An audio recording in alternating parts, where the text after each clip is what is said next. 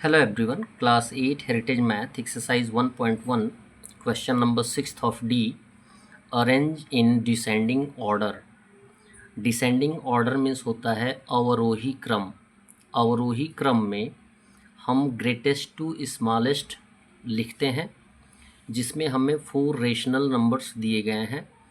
यदि हमारे पास 2 rational numbers होते तो हम क्रॉस मल्टीप्लिकेशन के द्वारा ये जानकारी कर लेते बड़े आसानी से कि कौन छोटा है और कौन बड़ा है। लेकिन हमारे पास यहाँ पे 2 से ज़्यादा रेशनल नंबर्स हैं, तो इनको हम बाय द एलसीएम सॉल्यूशन में लाएंगे। क्या करेंगे? डेनोमिनेटर का एलसीएम फाइंड आउट करेंगे। और एलसीएम कैसे फाइंड आउट किया जाता है ये आप जानते ही हैं। स्मॉलेस्ट नंबर 2 का यूज़ करके हम काटने का प्रयास करते हैं। देखेंगे कि क्या 2 से कोई डिविजिबल है। यस, 10 भी डिविजिबल है, 20 भी डिविजिबल है। 5 नहीं डिविजिबल है, रख देंगे। 5 2 ज़ा 10, 15 डिविजिबल नहीं, 15 सेम आ जाएगा। 10 2 ज़ा 20, फिर 2 से डिवाइड करेंगे तो 5 डिविजिबल नहीं है, सेम रख दिया जाएगा। 15 भी डिविजिबल नहीं है, सेम रख दिया जाएगा। लेकिन 5 2 ज़ा 10 डिविजिबल है। अब ये देखेंगे कि 2 से कोई नंबर इसमें डिविजिबल नहीं है, तो संख्या यानी नंबर बढ़ाते चलेंगे। 2 से नहीं डिविजिबल है तो 3 से देखेंगे। येस, इस टर्म में एक नंबर ऐसा है जो 3 से डिविजिबल है। कौन सा है? 15।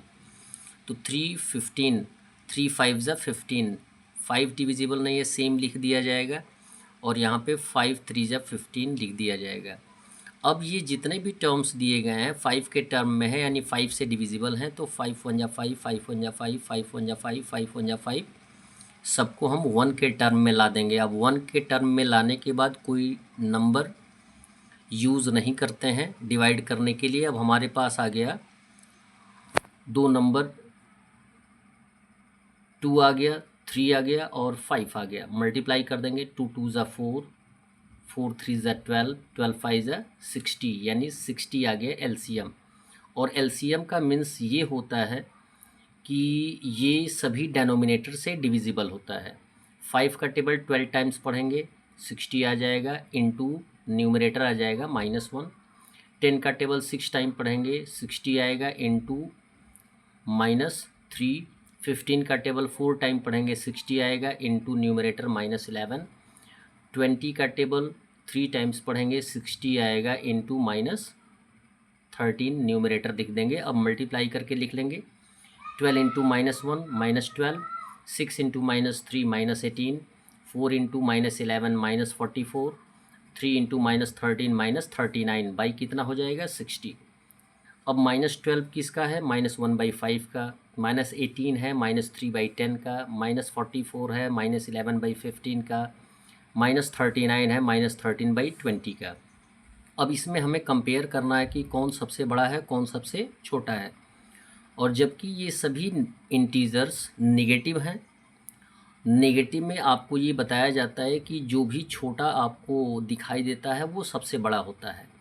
इट मीन्स -1 जो होता है वो सबसे बड़ी नेगेटिव संख्या होती है, और इसमें जो सबसे बड़ा दिखाई देता है वो सबसे छोटा होता है। तो अब यहाँ पे केयर करेंगे, -12 सबसे छोटा है, इट मीन्स सबसे बड़ा यही है, तो लिख देंगे -1/5।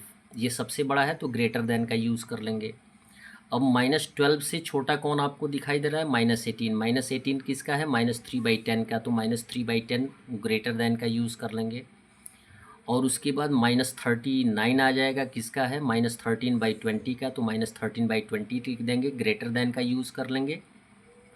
और लास्ट में -44 काउंट होगा एज ए स्मॉलेस्ट नंबर, तो वो है -11/15 का। ये हमारा हो जाएगा आंसर। क्वेश्चन नंबर 7 दिया गया है, ऐड द फॉलोइंग। आपको क्या करना है? जो 2 रेशनल नंबर्स दिए गए हैं उनको ऐड करना है। इनको भी सिंपल वे में हम ऐड कर सकते हैं। फिलहाल ऐड करने के टर्म में लिखना है तो प्लस का सिंबल हमें देना ही देना है। एट फर्स्ट यहाँ पे जो होल नंबर्स दिए गए हैं, ये इट मीन्स जो मिक्स फ्रैक्शंस दिए गए हैं, मिक्स फ्रैक्शंस को आपको इम्प्रॉपर फ्रैक्शन में कन्वर्ट करना पड़ेगा। 7 2 ज़ा 14, और इसको कन्वर्ट करने के लिए डेनोमिनेटर से न्यूमरेटर में मल्टीप्लाई करते हैं। जितना आंसर आता है उसमें न्यूमरेटर ऐड कर देते हैं। 7 2 ज़ा 14 + 5 19, और डेनोमिनेटर सेम होता है, तो 19/7 हो गया। हमें ऐड करना है तो प्लस का सिंबल देना है। यहाँ पे -3/-14 दिया गया है, तो ये पॉजिटिव हो जाएगा 3/14। कैसे पॉजिटिव होता है? यदि डेनोमिनेटर नेगेटिव होता है तो उसको हम पॉजिटिव बनाने का प्रयास करते हैं। कैसे बनाते हैं? -1 से मल्टीप्लाई करके। यदि डेनोमिनेटर में -1 से मल्टीप्लाई करेंगे तो न्यूमरेटर में भी -1 से मल्टीप्लाई करेंगे, इक्वलिटी दर्शाने के लिए। तो -1/-1 से मल्टीप्लाई करेंगे तो माइनस माइनस क्या हो जाएगा? प्लस, माइनस माइनस हो जाएगा प्लस। इट मीन्स 3/14 आंसर आ जाएगा। हमारे पास दो रेशनल नंबर हो गए, 19/7 प्लस 3/14। 7 और 14 डिफरेंट हैं। 7 और 14 का एलसीएम फाइंड आउट करेंगे तो 14 आएगा।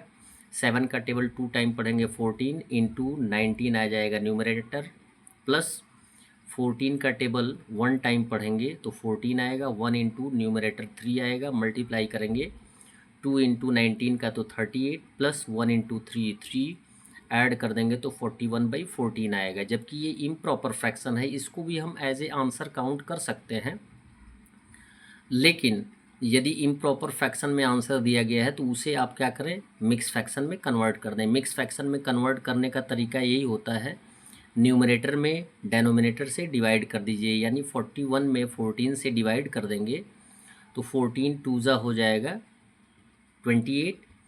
अब 28 को 41 से माइनस करेंगे तो आंसर आ जाएगा 13/14। डेनोमिनेटर सेम होता है तो 2 होल 13/14 ये आपका आंसर हो जाएगा। सेम कंडीशन की बात की गई है 13/14 एंड 9/-7 की। यहाँ पे डेनोमिनेटर एज ए निगेटिव है, इसको पॉजिटिव फॉर्म करेंगे तो -1 से मल्टीप्लाई करेंगे। -1 से मल्टीप्लाई करेंगे जैसे दिया गया है 9/-7। तो हमने अभी बताया है कि -1 से यदि मल्टीप्लाई करना है पॉजिटिव बनाने के लिए तो हम न्यूमरेटर और डेनोमिनेटर दोनों टर्म में मल्टीप्लाई करेंगे, ना कि एक ही टर्म में मल्टीप्लाई करेंगे। तो यहाँ पे प्लस माइनस क्या हो जाएगा? माइनस हो जाएगा, और ये माइनस माइनस क्या हो जाएगा? प्लस हो जाएगा। Minus into minus, same condition वही अप्लाई करेंगे जैसा कि आपने अभी ए में अप्लाई किया है, और अप्लाई करके उसका आंसर -5/14 ला देंगे। सी दिया गया है 8/25 एंड -12/25, सेम कंडीशन है। 8/25 हमने लिखा, ऐड करना है, प्लस का सिंबल दिया, और जबकि हमारे पास डबल सिंबल आ जा रहा है तो इनको हम ब्रैकेट में कर देंगे -12/25। अब ब्रैकेट हटाएंगे तो प्लस माइनस क्या हो जाएगा? माइनस हो जाएगा 12/25। सेम कंडीशन वही आएगा। 25 का 25 एलसीएम हो जाएगा, 8 का 8 होगा, -12 होगा। 12 जबकि निगेटिव है, बड़ा है, तो आंसर भी क्या हो जाएगा? निगेटिव हो जाएगा। -4/25 आंसर आ जाएगा। और डी का भी सेम कंडीशन आपको फॉलो करना है, जबकि डेनोमिनेटर क्या है? इक्वल है। डेनोमिनेटर इक्वल है तो सेम कंडीशन लिख देंगे, -8/19 प्लस 3/19। 19 एलसीएम हो जाएगा, -8 + 3 हो जाएगा, इक्वल हो जाएगा -5/19। That's all. वीडियो को लाइक करें और चैनल को सब्सक्राइब करें। धन्यवाद।